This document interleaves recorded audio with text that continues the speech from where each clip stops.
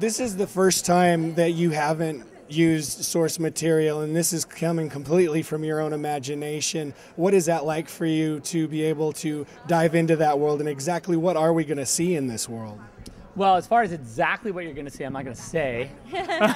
But no, it's been really exciting to because I've adapted so much material in the past, and even just in writing the screenplay for 300 and in the projects I'm working on now, I've always felt like the stuff I was writing was like, okay, this is good fun, but there's other stories to tell, and there's other stuff I want to do, and it was always, to me, it was always like a way to get to be able to sort of make our own stories.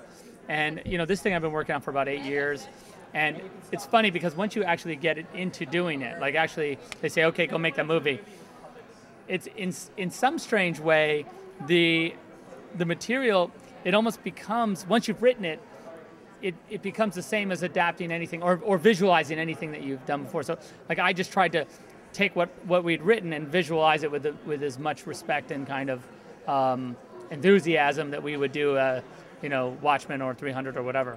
Well, I'm wondering, did you watch what they did with Inception and how they sold that throughout the years they were making it and keeping some of the mystery and not reliving too much? And are you paying attention to do that as far as setting this up and selling it? Well, I will say that like the thing with Inception is like they were still filming while we were filming. They've gotten their movie out.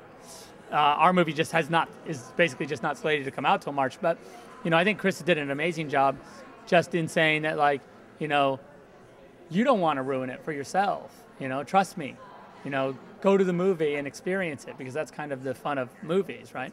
And so we've been trying to sort of position the movie, give everyone enough information where they're like, okay, that's cool, but not, because there's a twist. The movie has there's something else happening, of course.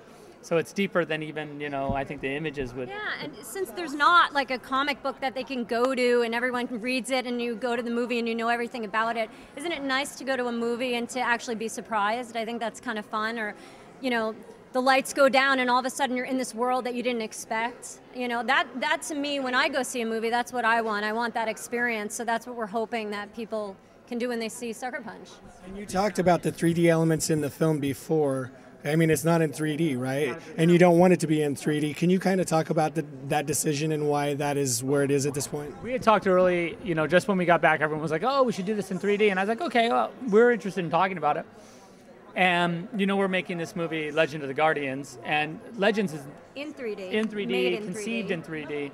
And maybe we got spoiled because we, had we set a bar kind of high with Legends that we've been, I know that there's only been a little bit of footage, but trust me, the 3D is insane. And so when we started talking about doing Sucker Punch in 3D, we were like, okay, well, convince us, and maybe it'd be awesome. And here's the thing: I think the film stands on its own. It's visually stunning. I think that Zack's done a really terrific job. 2D, and it really doesn't need. It doesn't need the gimmick of 3D. I think it stands on its own. And we've been really lucky because we sat down with Warner Brothers and we spoke to them and we said, listen, after we had a first screening, and we said, we're just not confident that we can deliver something that the film deserves, and they totally understood it, and they were behind us in that. So we're very happy with that. Yeah, you cast two Aussies, Abby and Emily. Yeah. Yeah. What do you say about Australian women? Do they kick butt or? They do. They're amazing. Australian women are amazing. We have these two fantastic Australian actors, and by the way, the Australian acting community has given us, amazing and tons of amazing actors. And in my other movie, in Legends, I have almost an entire Australian cast. So and Abby's in that one too. And Abby's in that one too. So I'm a big fan. So you're almost related now. Slightly related. One last question from us. I want to know, with each film you've done, your action scenes have evolved, and you give us something different each time. It's not the same action scene set in the same way. What are you doing with this movie that is a little bit different than your other films as far as the action is? I think every little bit of it, almost from the setting to the way we photographed it to the adversaries are really fantastical. Yeah. So I think we really just blew it out on this thing. You'll see. It's ridiculous.